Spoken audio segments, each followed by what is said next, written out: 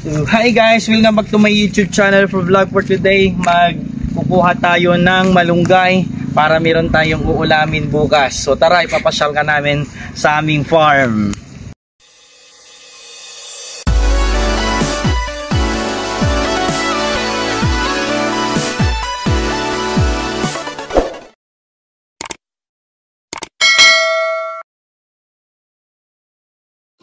So yan, pupunta tayo dito.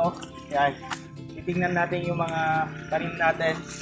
Napabayaan kasi itong part na to, naibenta na namin. Kaya ang gagawin natin ngayon ay ililipat yung farm natin sa banda dito. Kasi dito yung lupa na natinira namin. So tara, puntan natin.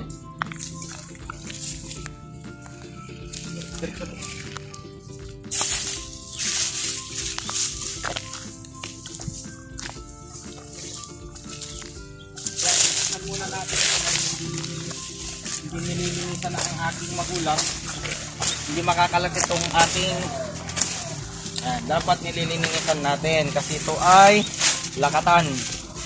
Yan. Hindi makapagmalak, hindi lumalaki dahil hindi malinis yung kanyang, dapat malinis to. So ito yung lakatan na tanim natin para sa darating na tag-ulan, malinis siya, makakalaki siya, bubunga ng maganda. Yan, dapat malinis. Yan. So dito, punta tayo dito.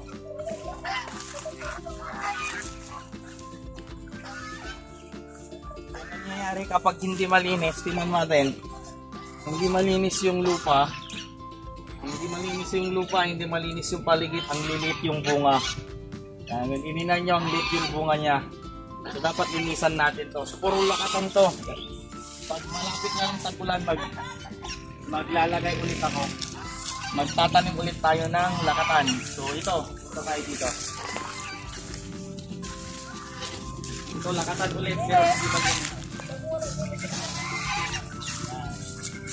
Para punta natin ito. Ito malunggay. Oh, maliit.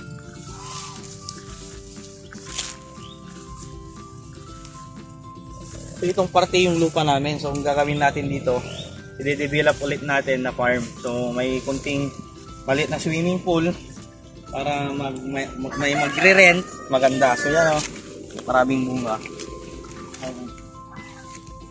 Kaya may tingnan natin yun oh.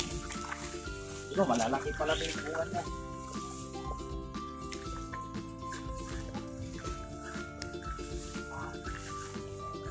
Matitinapat ka ba ng balay ng balitay? Tumangkat pa dana. Wala. Lakatan din, kaya lang yung maliliit. Kung gusto natin na mas malaki yung mga bunga ng lakatan natin, ang gagawin natin ay ayusin natin yung palibot ng ating mga alaga. Like example to, lilinisan. Hindi ko kasi nasikaso ngayon dahil yung vlog natin nasugatan tayo kaya hindi pa ako totally magaling, pero pag magaling na tayo ayusin natin tong farm.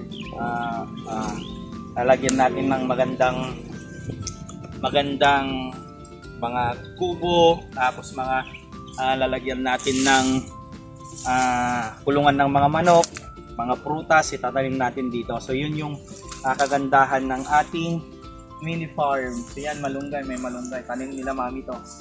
So yan, ayusin lang natin in God's time, in God's permit, the Lord will bless us at maayos natin tong farm natin. So yun lang, at ang blessing po sa atin, huwag tayong magsawang magpasalamat kay Lord every maliit man o malaki, pasalamat natin kay Lord. At hindi lang yon, always keep trusting God sa mga plano natin. Isama lang natin si Lord sa mga plano natin.